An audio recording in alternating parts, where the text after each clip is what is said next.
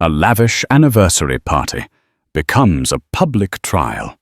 A husband's betrayal, a mistress's cruel victory speech, all in front of the city's elite. "He's mine, now," she whispered, a diamond engagement ring flashing on her finger. "He's having a baby with me." The wife Emily stood alone, her world shattered into a million pieces amidst the pointing fingers and silent judgment. They thought she was broken. They thought she was defeated.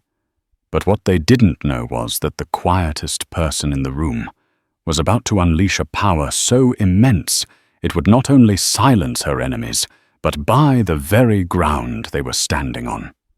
The invitation was embossed in gold leaf on cardstock, so thick it felt like a sliver of marble.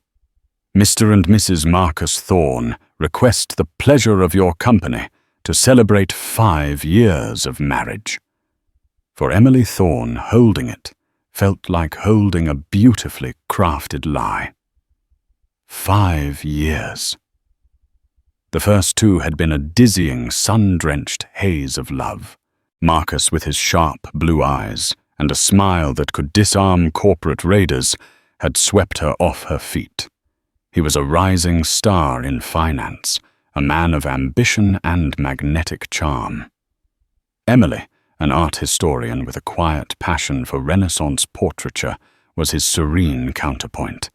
Their friends called them the perfect couple, his drive her grace, his world of numbers and risk, her world of beauty and history. But the past year has felt different. The gold had started to flake, revealing something cold and grey beneath. It began with small things. The late nights at the office that smelled not of stale coffee, but of a cloying, unfamiliar perfume, something floral and aggressive, like Chanel No. 5's louder, brasher cousin. Then came the hushed phone calls he'd take on the balcony, the guarded screen of his phone, the emotional distance that felt like a chasm opening between their king-sized bed. Emily was not naive, but she was a believer in commitment. She'd tried. She suggested counseling. He said they were too busy. She planned romantic weekends away. He had a last-minute merger to attend to. She saw the signs, the tiny red flags that, when stitched together, formed a banner of betrayal. Yet she clung to the hope that this was a storm, not a change in the climate of their marriage.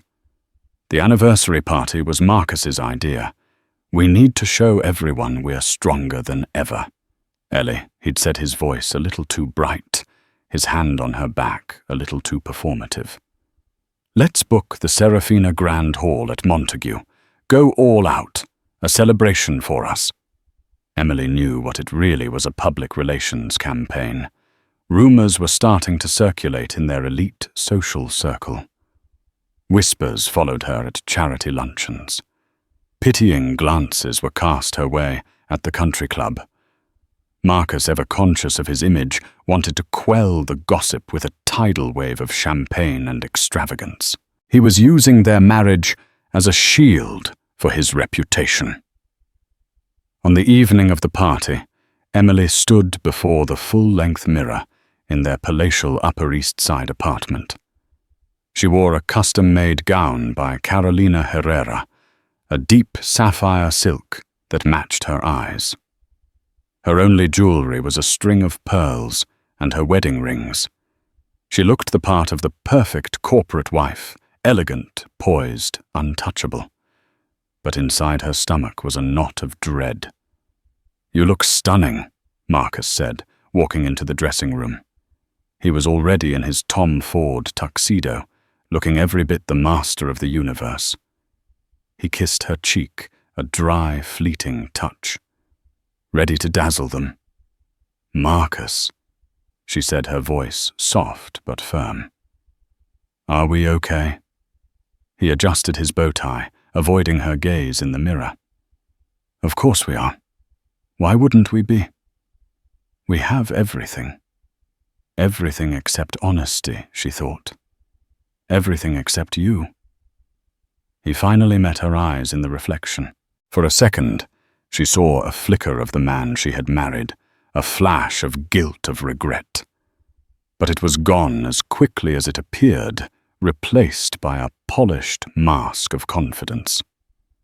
"Tonight is about us, Emily," he said, his tone leaving no room for argument. "Let's not spoil it.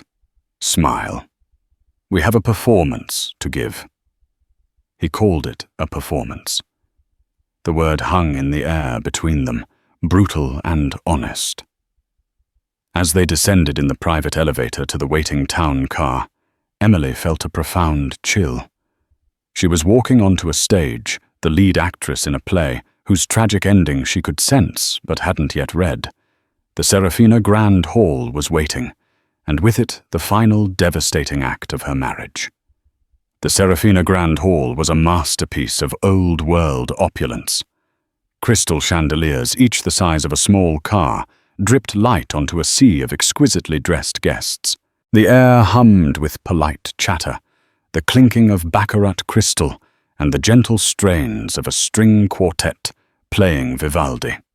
Waiters in crisp white jackets weaved through the crowd with trays of champagne and canapés. It was a scene of calculated perfection, precisely as Marcus had intended. He was in his element, moving from group to group, shaking hands with banking tycoons and laughing with society doyens. Emily was at his side, a graceful shadow. Her smile practiced and her eyes betraying nothing. She accepted compliments on her dress, on the stunning floral arrangements, on their beautiful marriage. Each word of praise felt like a tiny, sharp stone striking her heart. She was speaking with Mrs. Dubois, the undisputed queen bee of their social set, when the atmosphere in the room shifted. It was a subtle change at first, a ripple of whispers that started near the grand entrance and spread through the crowd like a contagion.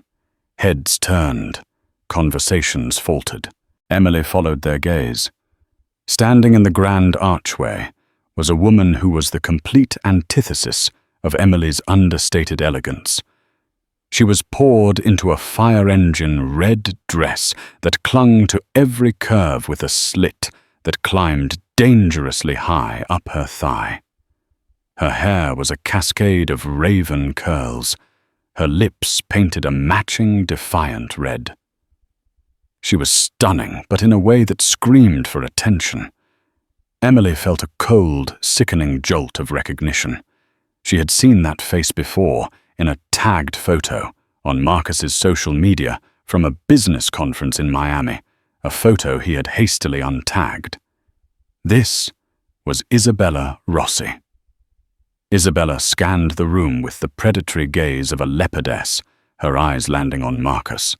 He had been mid-laugh with the senator, but the sound died in his throat. The color drained from his face, leaving behind a pallor of pure panic. For a moment, the master of the universe looked like a terrified boy, caught with his hand in the cookie jar. Isabella began to move through the crowd, a shark gliding through the water. The guests parted for her, their curiosity mixed with a delicious sense of impending scandal. She didn't look at anyone else. Her focus was entirely on Marcus, and by extension, Emily. "Marcus, darling," she purred as she reached them, her voice loud enough for everyone nearby to hear. She completely ignored Emily, placing a perfectly manicured hand on Marcus's chest. "I couldn't bear the thought of you celebrating without me." Mrs. Dubois' eyebrows shot up to her hairline. The senator suddenly found a pressing need to check his phone. The circle around them widened as people leaned in shamelessly, eager to witness the carnage. "Isabella." Marcus stammered, his voice tight. "What are you doing here? This is a private event." "Oh, I know," she said, her smile a slash of red. She ran her finger down his lapel. "But our relationship isn't exactly private anymore, is it? Not after Aspen. Or the Hamptons. Or that lovely week in Lake Como." Each location she named was a trip Marcus had claimed was for a solo boys' weekend or a vital business retreat. Each word was a dagger twisting in Emily's gut. The whispers around them grew louder. This was no longer a party. It was a public execution. Emily stood frozen, a marble statue, amidst the chaos. She could feel hundreds of eyes on her watching, waiting for her to crumble, to scream, to cry. She did none of those things. A strange glacial calm settled over her. The hurt was immense, a physical ache in her chest. But something else was rising alongside it, a cold, clarifying anger. She finally looked at her husband, truly looked at him. The panic in his eyes was not for her, not for their marriage. It was for his reputation, his meticulously crafted image now being torched before his very eyes. He wasn't looking at her. He was looking at Isabella, a frantic, pleading look that said, "Not here. Not now." That look told Emily everything she needed to know. The hope she had foolishly clung to evaporated. This wasn't a storm. The climate had changed forever, and she was standing in the icy heart of a new, desolate winter. Isabella finally turned her attention to Emily. Her eyes, dark and triumphant, raked over Emily's sapphire gown with contempt. "So you're the wife," she said, her tone dripping with mock sympathy. "Emily, Marcus has told me so much about you. It's a pleasure to finally meet the woman I'm replacing." The string quartet had mercifully stopped playing. The silence that filled the grand hall was thick and heavy, broken only by the frantic, excited whispers of the guests. Isabella Rossi had captured her audience, and she was clearly reveling in the spotlight. "Replacing me," Emily's voice was surprisingly steady, a low, clear note in the cacophony of gossip. It wasn't the hysterical shriek the crowd had been hoping for. Isabella's smile widened a cruel, self-satisfied curve. "Don't play dumb, it's unbecoming. This whole charade," she waved a dismissive hand, indicating the opulent room. "The guests, the very party itself, is over. Marcus and I are in love." Marcus, finally finding some semblance of his voice, tried to intervene. "Isabella, this is not the time or the place." He reached for her arm, but she snatched it away. "Don't you dare!" she hissed at him, her voice a venomous whisper that still carried in the charged air. "Don't you dare try to manage me. Not anymore. I'm done being your dirty little secret. I'm done waiting in hotels while you play the dutiful husband." She turned back to Emily, her eyes glittering with a victor's malice. This was her moment, the culmination of months, maybe years of scheming. She wasn't just here to claim Marcus. She was here to obliterate Emily. "He doesn't love you, you know," Isabella continued, stepping closer, invading Emily's personal space. "He might respect you. He might be fond of you like one is fond of a comfortable old armchair. But he doesn't desire you. He hasn't for years. He comes to me for passion, for life, for a woman who understands what a man like him needs." Emily remained silent, her posture impeccable. She held Isabella's gaze, refusing to give her the satisfaction of looking away.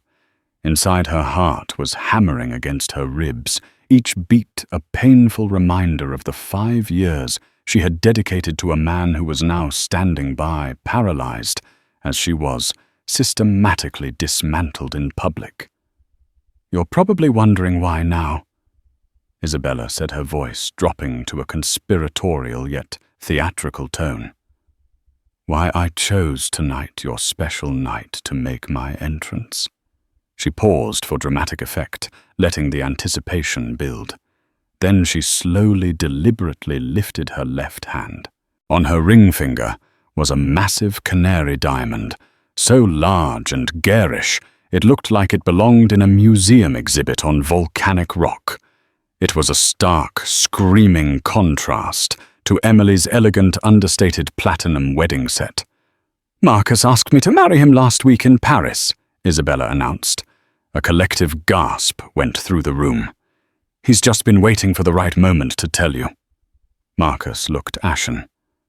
"Bella, that's not— We didn't—" "Oh, shut up, Marcus," Isabella snapped, not even glancing at him. "Don't be a coward now." She looked back at Emily, her expression a toxic mix of pity and triumph. And then she delivered the final, devastating blow.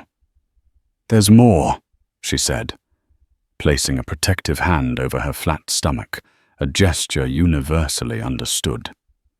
"The real reason we can't hide anymore, the reason you have to step aside. I'm pregnant. We're having a baby." If the engagement ring had caused a gasp, this news detonated a shockwave through the hall. It was the ultimate irrefutable checkmate. An affair was a scandal. A divorce was a tragedy. But a baby was a new beginning, a new dynasty. And it made Emily in that instant a relic of the past. Isabella leaned in her voice now, a sibilant whisper meant only for Emily, but her triumphant expression was for everyone to see. "He's mine, Emily. The man, the future, the family. It's all mine now. You've lost. Just sign the papers, take your alimony, and disappear gracefully. It's the only thing you have left." For the first time, Emily's composure faltered. Her eyes flickered with a deep, profound pain. The baby.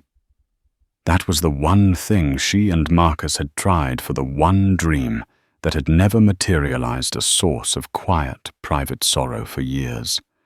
And this woman, this stranger, had been given it so easily. The hurt was so sharp, so blinding, it almost brought her to her knees. She felt the world tilt, the faces of the guests blurring into a grotesque tapestry of judgment and morbid curiosity. She had lost. Isabella was right. She had lost everything. All eyes in the Serafina Grand Hall swung from the triumphant mistress to the humiliated wife and finally to the man caught between them. The silence was absolute. This was the moment of truth. Every person in that room, from the most powerful CEO to the youngest socialite, held their breath, waiting to see how Marcus Thorne would react. It was a crucible, and his character was about to be tested in the most public way imaginable. Emily looked at her husband, a silent plea in her eyes. It wasn't a plea to take her back, not anymore. That ship had just been torpedoed and sunk. It was a plea for a shred of dignity for the 5 years they had shared, for the vows he had once made. Deny her, her eyes begged. If not for me, then for the memory of what we once were. Don't let this be how it ends. Marcus met her gaze, and in that fleeting second, she saw his soul laid bare. He was a man drowning in his own choices, suffocated by the consequences of his weakness. He saw the woman who had stood by him, supported his ambitions, and created a sanctuary of peace for him to come home to. And he saw the woman who offered him the intoxicating thrill of the new, the ego-stroking validation of her obsession, and now the heir he had secretly craved. He broke eye contact with Emily first. He turned to Isabella, his expression shifting from panic to a weary, reluctant resignation. He took her hand, the one with the garish yellow diamond, and squeezed it. It was not a gesture of passion, but of surrender. Then he faced the silent, watching crowd. He cleared his throat, the sound unnaturally loud in the cavernous room. "I apologize to all of you for this," he began, his voice strained. He was trying to project an image of a man taking control, but he just sounded like a cornered animal. This was meant to be a private matter. He turned to Emily, and his words, when they came, were colder and more clinical than any of Isabella's taunts. "Emily," he said, refusing to meet her gaze instead, staring at a point somewhere over her shoulder. "Isabella is right. Our marriage, it hasn't been working for a long time. We've been living separate lives. I've been unhappy." He was rewriting their history in real time, painting her as a participant in their marriage's failure, making it a mutual decay rather than his singular betrayal. He was absolving himself. "I didn't want it to happen this way." He continued, the false sincerity dripping from every word.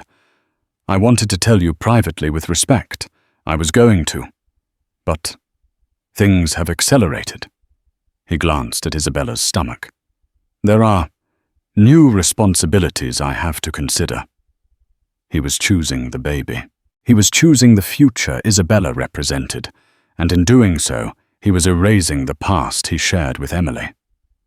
"I think it's best if we handle this quietly," he said, the sheer audacity of the statement stunning Emily into stillness. He was asking for a quiet divorce in the middle of a public spectacle he himself had orchestrated. "I'll have my lawyer, Mr. Peterson, contact yours in the morning.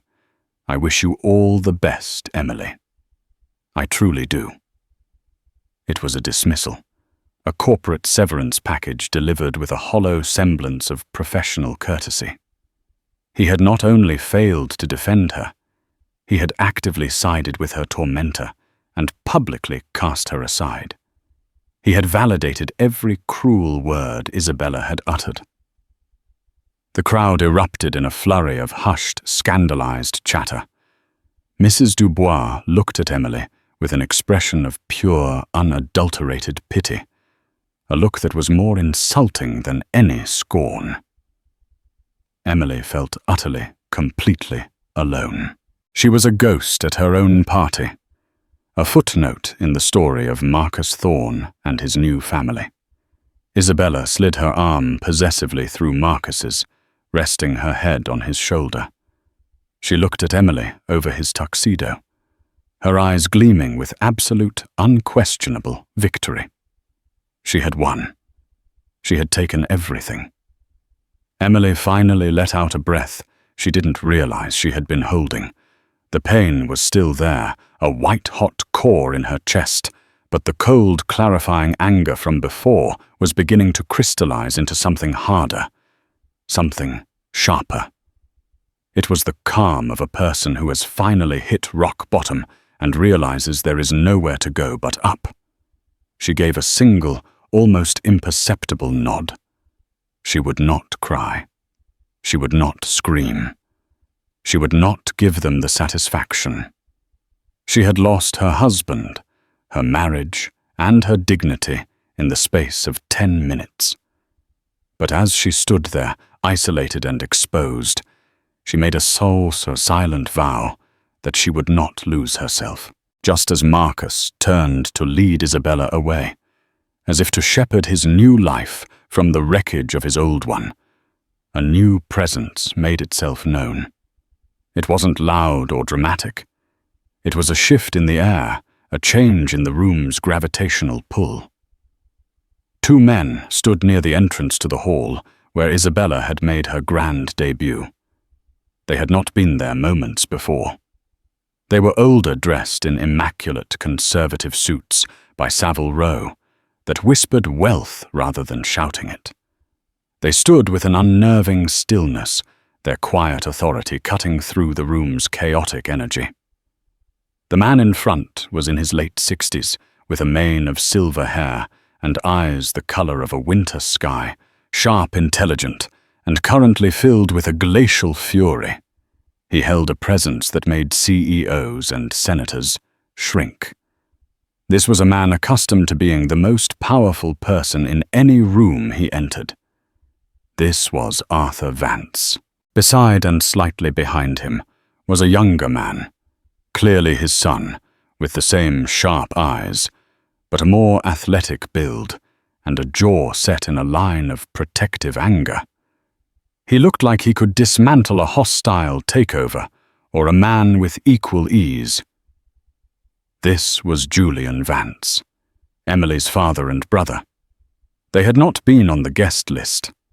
Emily had specifically asked them not to come. Her family, the Vances, were notoriously private.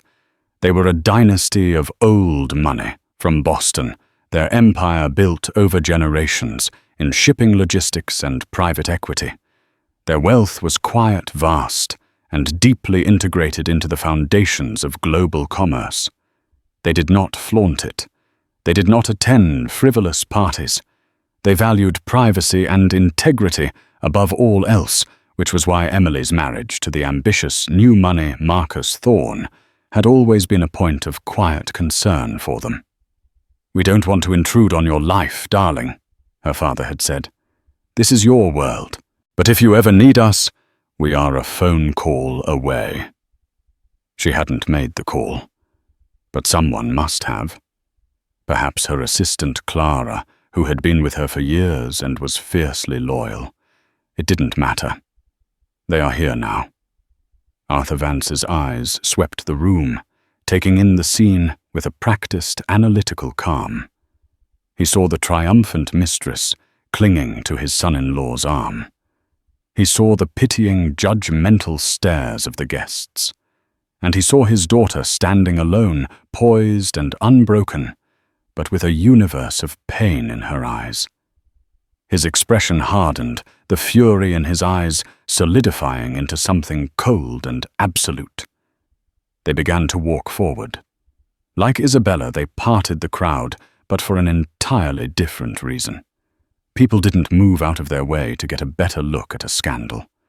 They moved out of an instinctual, almost primal sense of deference. Whispers rippled through the room again, but these were different.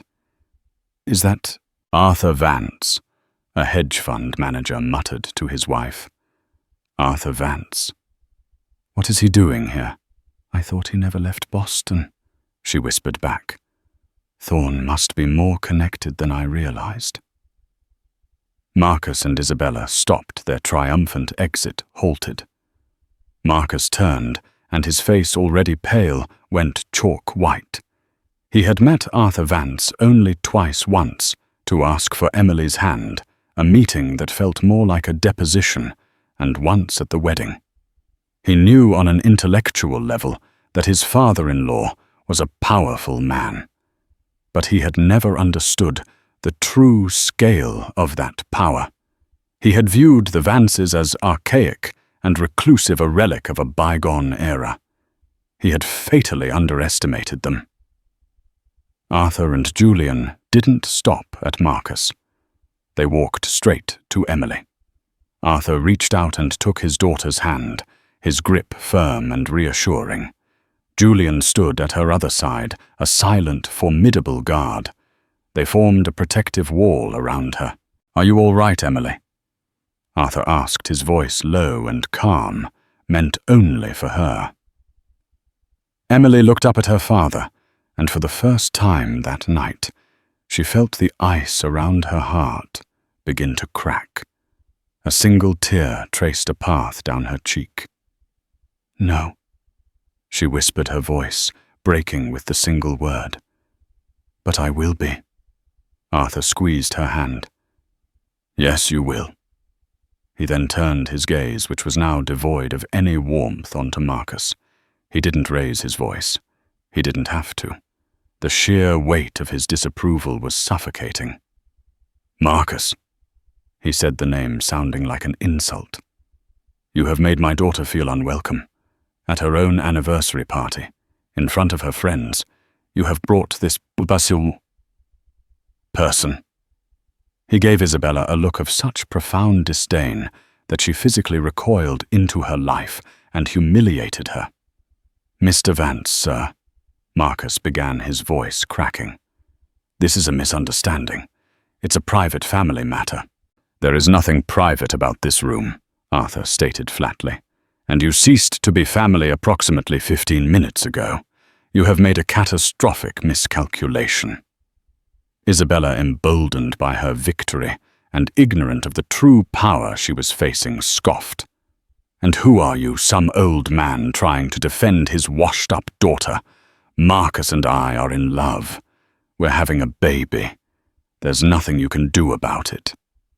Julian took a step forward, his expression thunderous, but Arthur put a restraining hand on his son's arm. He looked at Isabella as if she were a curious insect. "Young woman," Arthur said, his voice dropping to a dangerously quiet level, "you have mistaken a moment of poor taste for a lifetime victory, a common error of the short-sighted." He then turned away from both of them, dismissing them as utterly irrelevant.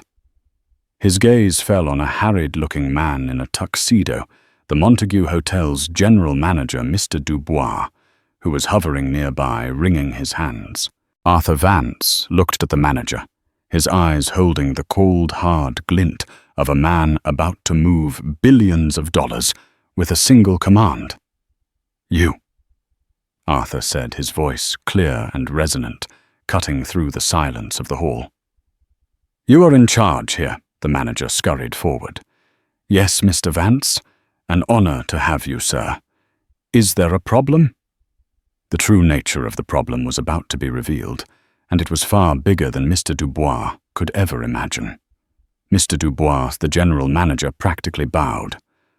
"A problem, Mr. Vance? Anything at all, we can have a security escort."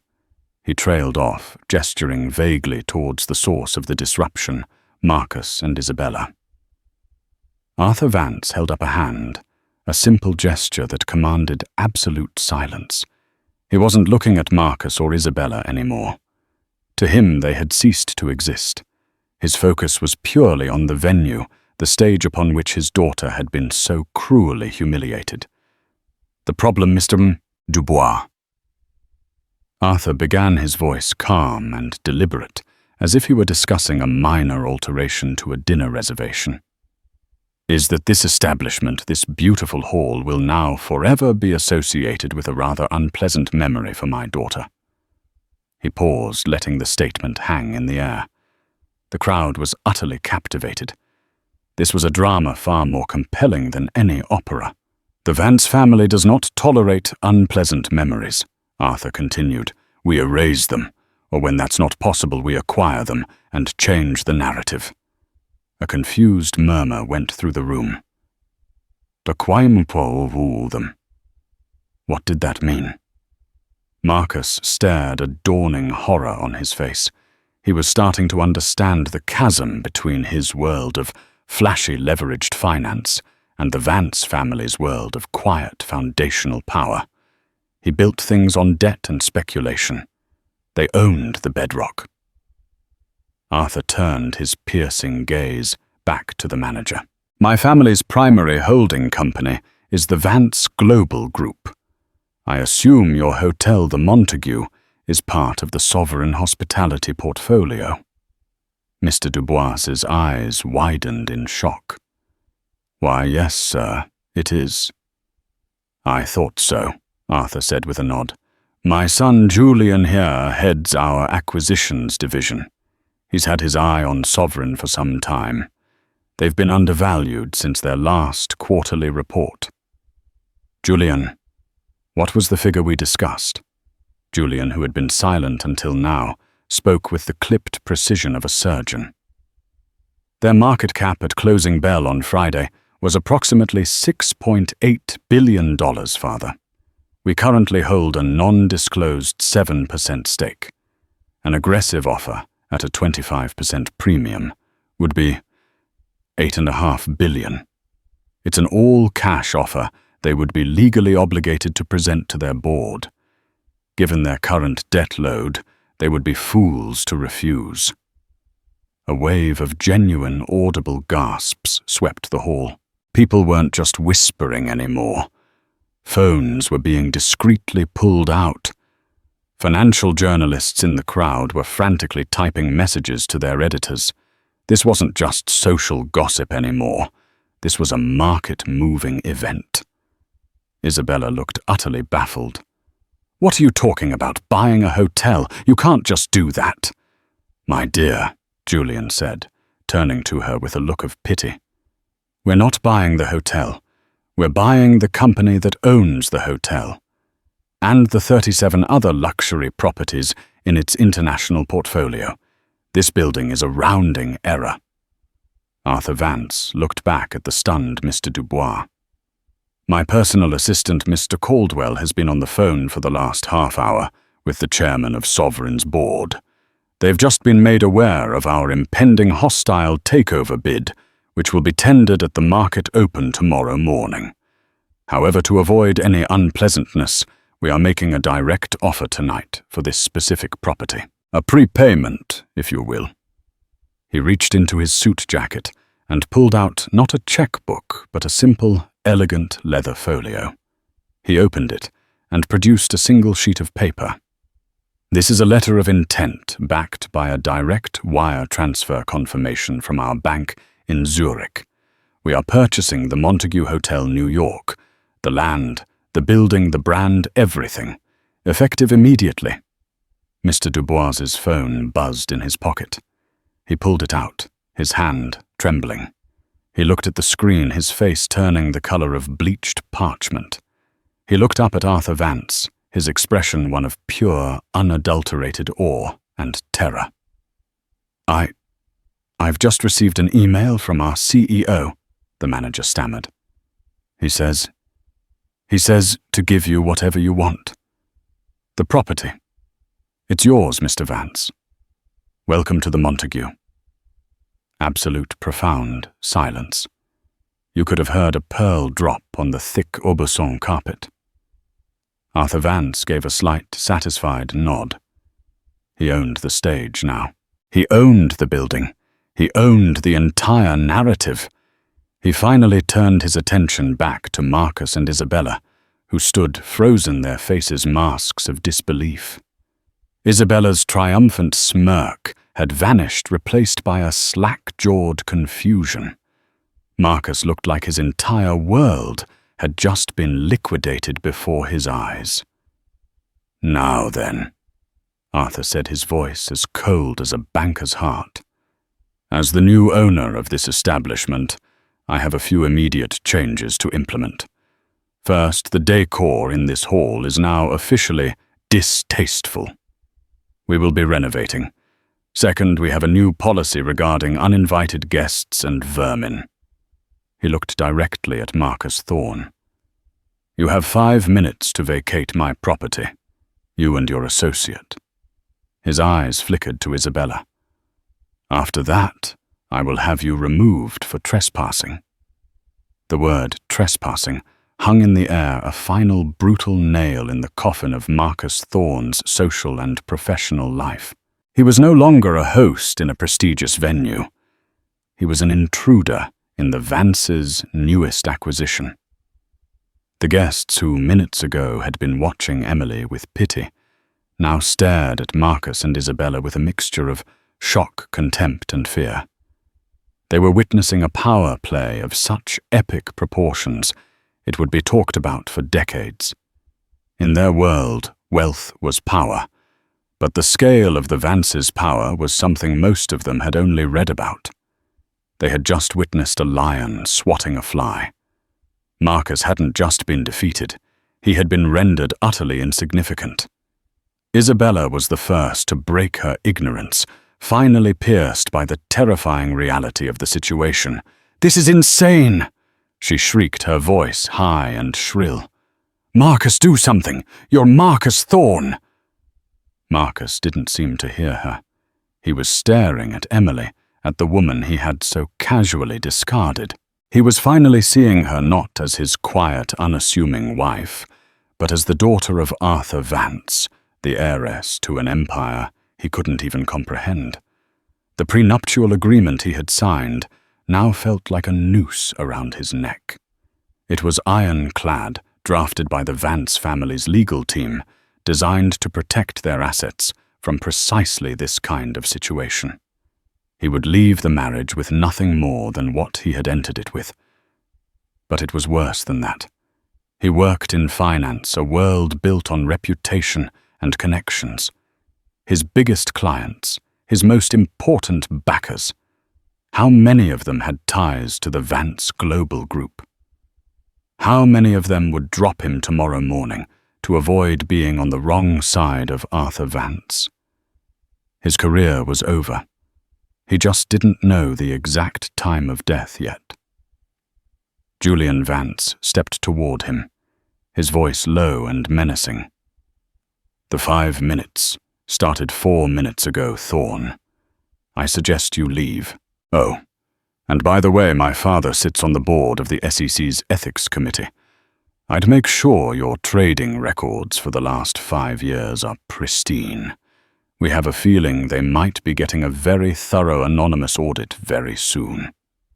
That was the final devastating blow. The threat wasn't just social or financial ruin. It was legal. It was total annihilation.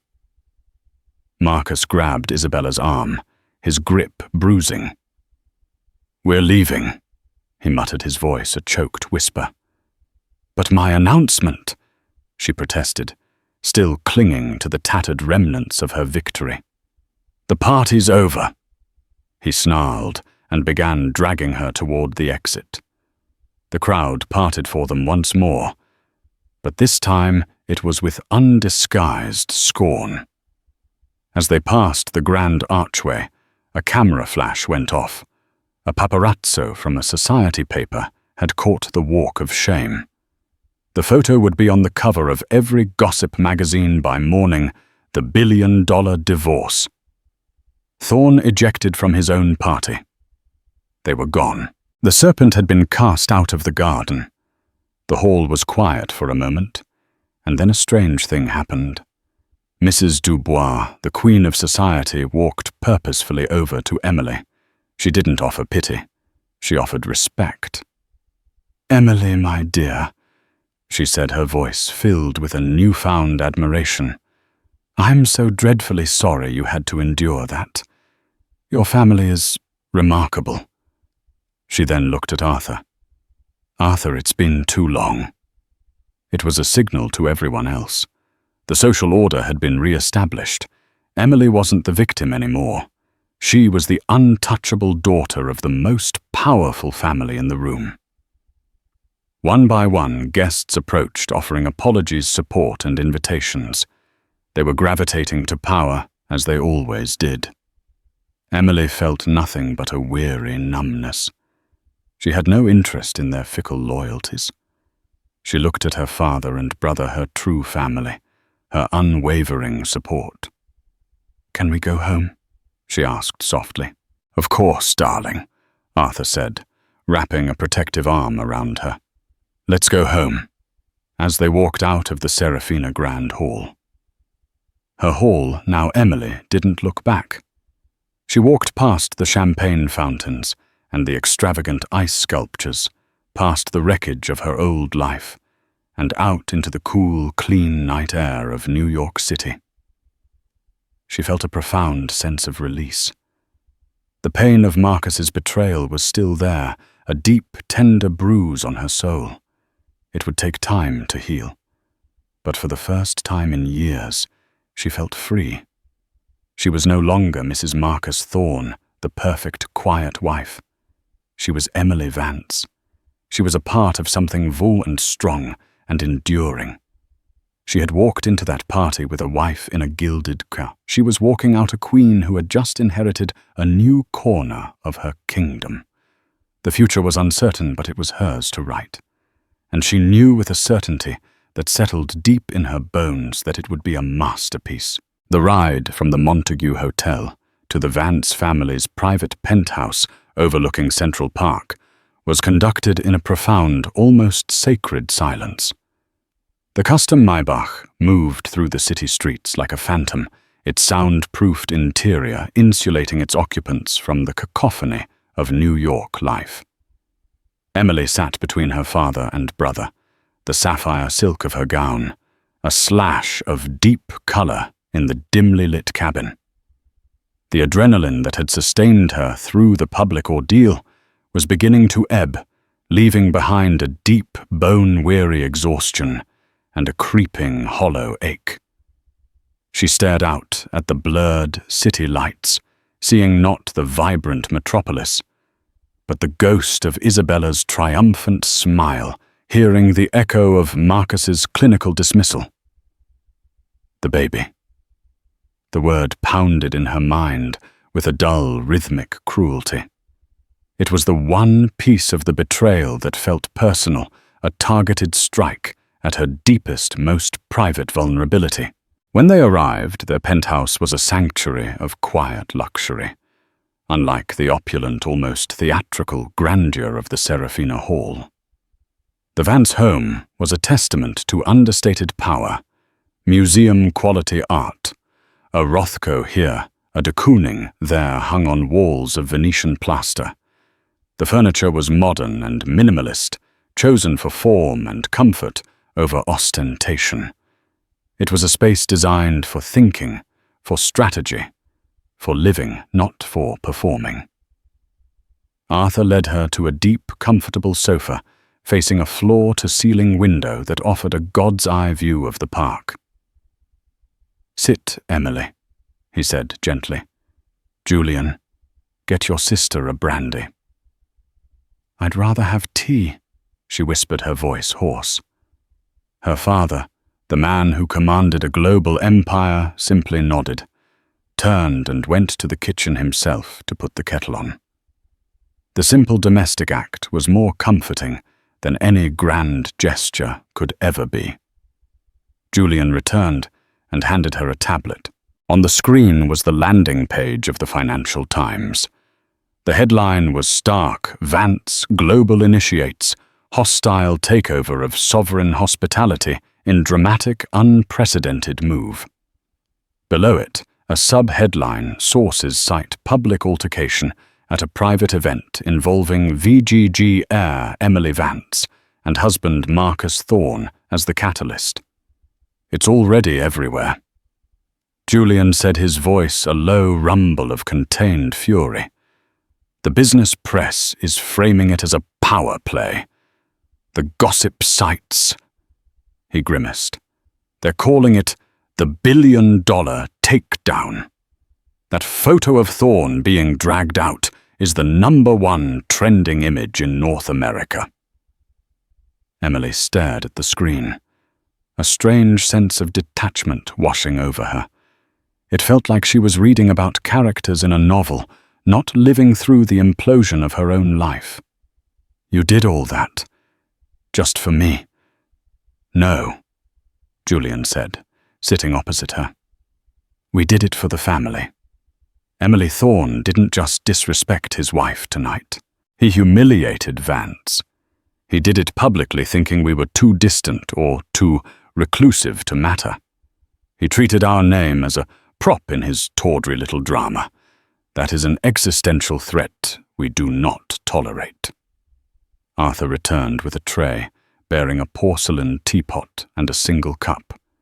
He poured the steaming amber liquid and handed it to her, his movements precise and calm. "Your brother is right," he said, taking a seat. "For generations, our family's greatest asset has been our reputation. We are known to be private, yes, but also for our integrity and our unforgiving memory. When someone attacks one of us, they are testing the strength of our entire foundation. If we allow one crack to appear, the entire structure is compromised. Tonight was not about revenge, Emily. It was about reinforcement." Emily wrapped her cold hands around the warm cup. "What will happen to him?" "He's finished," Julian said with cold finality. As of this moment, every line of credit Marcus Thorne or his small-time firm has been frozen or recalled. The banks that funded him are the same banks we've been doing business with for 50 years. A single phone call from father was all it took. His investors are in a panic. His partners are trying to distance themselves. By sunrise, Marcus Thorne will be a name so radioactive it will burn anyone who speaks it. And her, Emily asked the word tasting like ash. Isabella Rosie. Julian continued pulling up another file on his tablet. A former brand ambassador and aspiring reality TV star. She has a history of attaching herself to wealthy married men. The Canary Diamond, by the way, was leased. The lease expires next Tuesday. I doubt she'll be able to make the payment. She thought she was securing a future. Instead, she's tied herself to a pariah with a mountain of debt and a pending SEC investigation. The information was delivered with surgical precision, but it brought Emily no joy. It was just a catalogue of ruin. She had loved Marcus, once truly loved him. Seeing the architecture of his life being systematically dismantled, even after his monstrous betrayal, filled her with a profound and complicated sadness. "Father," she said, looking at him, her eyes pleading for understanding. "The baby. She said she's pregnant." Arthur's expression softened. He reached across and placed his hand over hers. "And if she is, the child will be a Vance grandchild, and it will be provided for. We are not barbarians, Emily. The child is innocent. But its parents have made their choices. Their consequences are their own." In that moment, Emily understood. Her family's power wasn't just in their ability to destroy, but in their unwavering code of conduct. They were ruthless with their enemies, but they protected their own, even the ones who hadn't been born yet. She took a sip of tea, the warmth spreading through her chest. The tears she had held back all night finally came not in a hysterical torrent, but in a quiet, steady stream of grief for the love she thought she had, the future she had dreamed of, and the innocence she had lost. Her father and brother didn't speak. They simply sat with her in the citadel of silence, a united front, letting her finally break so they could begin to put her back together. 1 week later, Emily stood not in a law office, but in the cavernous, now empty shell of the Serafina Grand Hall. The opulent chandeliers were shrouded in canvas, the Aubusson carpets had been rolled up, and the gilded furniture was gone. The room was stripped bare, a skeleton awaiting a new identity. The air smelled of dust and potential. It had been a week of relentless, quiet efficiency. The divorce proceedings were underway, handled by the Vance family's most formidable lawyer, a woman known in legal circles as the Velvet Hammer. Marcus, as predicted, had not contested a single point. His surrender was total and immediate. He had signed away his rights, his claims, and his presence in her life with the stroke of a pen. Emily had received a single pathetic text message from him. "I'm sorry. I never understood." She had deleted it without replying. Reports from her legal team painted a bleak picture of his new reality. He and Isabella were holed up in a rented condo in New Jersey, the press camped outside. His firm had collapsed. His partners had sued him. The SEC audit was real and it had uncovered significant irregularities. Isabella, far from being the gloating victor, had reportedly been heard screaming at him that he had ruined her life. The great love story they had proclaimed had curdled into a bitter, claustrophobic nightmare of their own making. Emily felt a distant pity, but no more. Her focus was on the future, and it started here in this room that had been the site of her deepest humiliation. Her father had given her carte blanche. "The Montague is yours to manage," he'd said. "A project, something to focus on." She was standing with the lead architect for the Vance Foundation's charitable projects, a brilliant woman named Lena Petrova. "It has good bones," Lena said, her voice echoing in the empty space. "Classic proportions. What do you see for it, Emily?" Emily walked to the center of the room, to the very spot where she had stood isolated and alone. She remembered the hundreds of staring eyes, the whispers Isabella's venomous words. A lesser person might have demolished the place, erased it from the earth. But Emily was a Vance. They didn't erase history. They reshaped it to their will. "I see a place for the public," Emily said, her voice clear and strong. "This part of the city lacks a major cultural centre. The Met is too far uptown for these communities. I want to turn this hall, this entire wing of the hotel, into the Vance Annex for contemporary art." Lena's eyebrows shot up in surprise and delight. "Emily, that's ambitious.